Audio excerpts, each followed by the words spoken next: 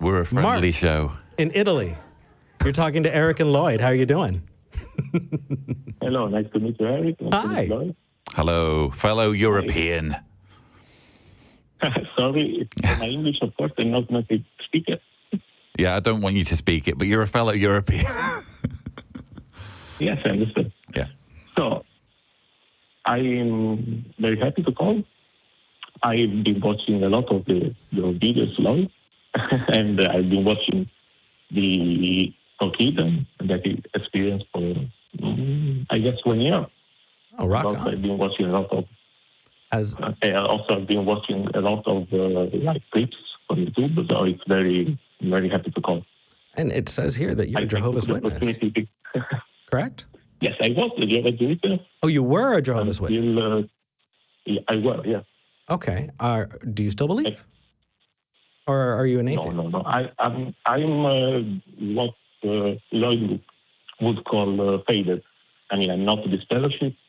I'm not. Yeah, so he's not formally severed ties. He's kind of below the radar, as I was when I was operating under the name John Cedars. So he's kind of, as far as some of those who knew him are concerned, he might still be a JW, basically. Got it. Okay. So actually, I've been faded for like 20 years. So I guess that most people don't even see me like that anymore. I mean, nobody in my workplace and all that I work. I mean, I'm completely out. For all matter of fact. So it sounds like you want to talk about a Christian apologetic from the Christian end, though. Yes. So here's the thing, Mark.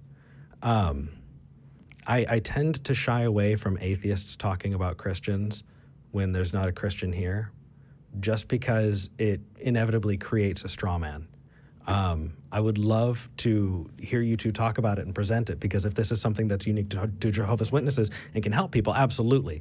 I just don't want to put on my Christian hat in order to do that. I'd rather save the space on the line for one of them to call in, right? Okay. I mean, I don't understand exactly what you said. Sorry. So I guess basically we're trying to make this as relevant as possible to as many people as possible. Yeah. And if it's like a niche issue that is only impacting on, I don't know, Christians arguing with Christians, which it usually is the case with the Trinity. I mean, for those who don't know, Jehovah's Witnesses are one of only a small number of denominations that denounce the Trinity and say that God, Jesus and the Holy Spirit are separate people stroke entities. So, and that riles a lot of sort of mainstream Christians who say that for that reason Jehovah's Witnesses shouldn't be considered Christian, etc., etc. It's not really something that lots of people are going to be interested in. So with that in mind, is this still a question that you're anxious to have addressed? Well, yes, because, I mean, first of all, I would like to know what you think about it. I mean, when you were a Jehovah's Witness, what did you think about this? I mean, it was something that it was, as they say, impossible, illogical, or did you think that it was somehow, like, logical at least? Are we talking about the Trinity teaching? Yes. And could I ask whether you are a believer in the Trinity teaching? Yes. Okay. So here's my thing with the Trinity, and this was pretty much how I felt even as a JW. And I understand that Christians watching this may disagree. That's fine. I think that you can find verses in the Bible to support the Trinity, and I think that you can find verses in the Bible that contradict the idea of the Trinity. So which verses, this is one of the problems, of course, of the Bible, is that you have a contradictory book, a book with contradictory writings in it, which is exactly what you would expect to find of a man-made book, by the way. But it's entirely subjective as to which interpretation you attach to these verses. If you want to say, oh, well, the verses that describe the Trinity are true and the other ones aren't, fine, that's your choice. If you want to say the opposite, fine, that's your choice. But again, it's not something that the vast majority of people watching are probably that interested in, because they realize it's just a personal thing. It's not like a profound question of truth. I actually find that to be intellectually dishonest. Oh. Well, I mean, it is. I think I'm intellectually dishonest. No. Cherry picking which verses you want to accept well, of and course, not the others. Sorry. Right? I We're about really to go doing, out back and fight. I am really doing badly on this show. No, you're good. You're good, brother.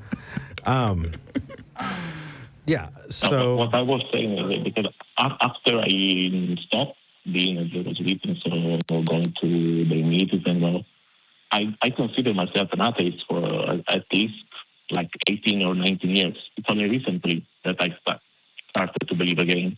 Yeah. And the reason that I started to believe again is exactly because somehow I understood what it is the Trinity. Because I mean, of course, I have no proof. I have no evidence to provide because there can't be one. yes, there can be. There can't be. There can't be any evidence. Okay, so then if there can't be evidence for something, then why believe it in the first place? Because it can explain exactly why the universe is in this way. It's in this position. It can explain why. No, it can't. There can't be any evidence. So something that is indistinguishable from nothing at all can't be an explanation for anything. If I reach into a box and pull out a nothing and I say this nothing is going to drive me home, are you going to believe me? Okay. How about if I said that this nothing that I'm holding is the the instantiation of the universe? You actually need to show some causal pieces and show that it exists. One question then. Sure. Would you agree that at least theoretically or logically, the God that of the Bible or anyway, if a God exists, he exists outside of time, outside of space? It just doesn't. Here's the problem.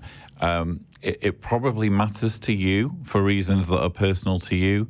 Doesn't matter to Eric. Doesn't matter to me, because we don't see any value in reaching those conclusions if there isn't any evidence at all to back them up. And even if we granted your premise, you have definitionally become illogical, right? What is outside of space? What is outside of time? That's the point. Set theory would dictate that all things that exist would exist within that set.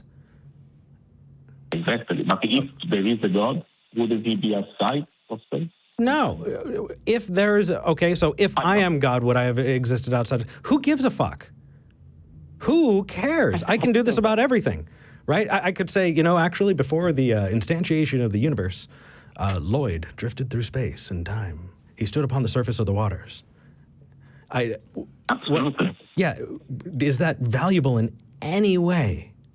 No. Does it make life more meaningful for you? Does it add anything at all to your appreciation of existence? I really struggle personally.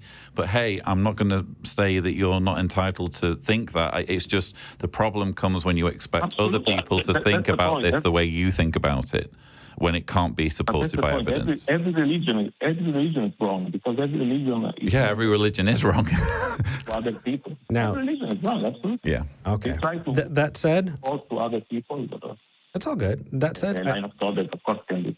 We do have a couple other callers we want to get to before the end of the show. Okay. But thank you for calling in all the way from sunny Italy. Absolutely. Assuming it's sunny. Yeah. Thank you for taking my call. Wonderful. Thank you. Take care. So this is the part of the show where we actually thank our patrons.